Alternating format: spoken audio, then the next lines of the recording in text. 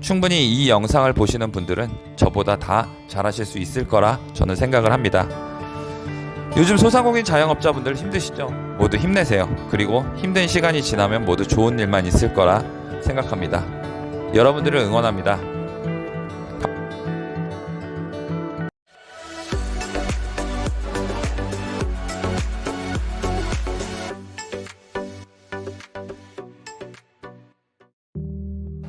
자, 안녕하세요. 커피멘토입니다. 오늘은 제 얼굴이 없이 음성으로, 그리고 영상에서는 전에 이제 매장을 했던 사진들이나 이제 영상을 올려놓고 이야기를 해보려고 합니다.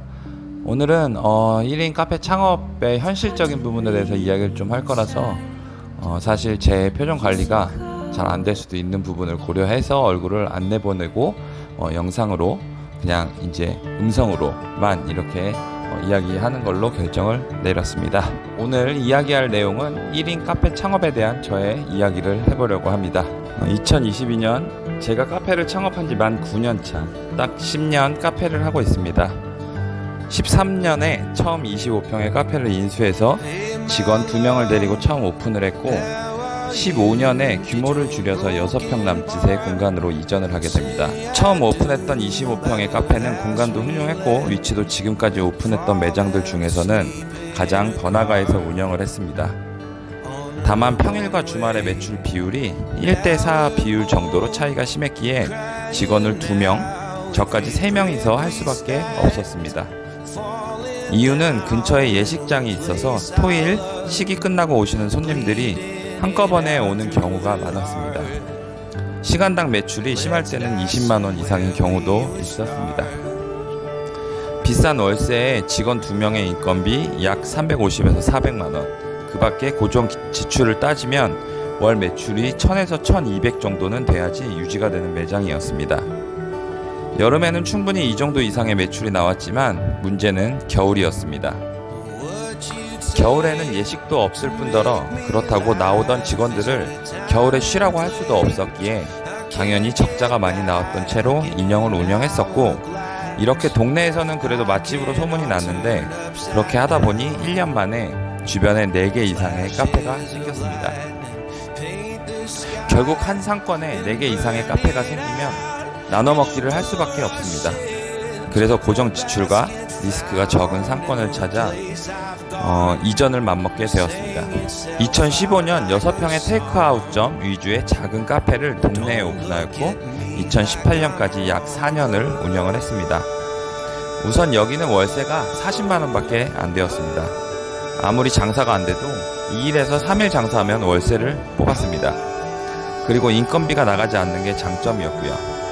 하지만 동네 장사라서 주인이 없으면 맛이 달라졌다, 서비스가 그렇다, 이런 이야기를 들을 수밖에 없는 리스크는 있었습니다. 2년 1인 카페로 운영을 하고 저는 바리스타 학원 원장으로 취업을 하면서 직원 1명을 쓰면서 와이프가 운영을 했습니다. 40만원 월세의 매출은 약 500에서 700만원, 여름에 가장 많이 나올 때가 800만원 정도까지 나오면서 이때 가장 많은 수입을 올렸던 것 같습니다. 하지만 평수가 작은 매장은 공간적인 한계가 반드시 온다는 것을 이때 깨달았습니다. 매출은 3년차에 정점을 찍고 4년차부터 하향 곡선을 이루면서 더 이상 증가보다는 감소하는 추세가 되었습니다. 그리고 거주지를 옮기면서 매장도 함께 정리하게 되었습니다.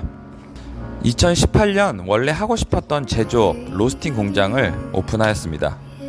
그리고 1년 만에 코로나가 터졌습니다. 생산량을 늘리기에는 코로나의 여파는 매우 거셌고, 파이프라인을 늘리자는 취지로 2년 만에 집 근처 동네에 다시 카페를 오픈하게 되었습니다. 현재 운영하고 있는 매장이 이렇게 4번째 매장입니다. 우선 카페를 오픈한다는 것은 창업 아이템 중 가장 진입하기 쉬운 아이템입니다. 오픈 초기 자본도 타 업종에 비해 싼 편이며 운영적인 측면에서도 접근성이 좋은 아이템이죠. 그리고 깔끔하게 운영할 수 있다는 점도 많은 분들이 카페를 운영하는 가장 큰 이유 중에 하나입니다. 창업 아이템 중 치킨집, 핸드폰집, 그리고 카페가 가장 많다라는 이야기가 있을 정도로 카페 창업은 누구나 하고 싶은 로망입니다. 하지만 이 모든 이야기들은 말 그대로 로망이지 현실하고는 너무나 다르다는 것을 10년을 운영하면서 아직까지 느끼고 있는 부분입니다. 우선 1인 카페 창업은 내가 작은 회사 하나를 운영한다고 생각하시면 됩니다.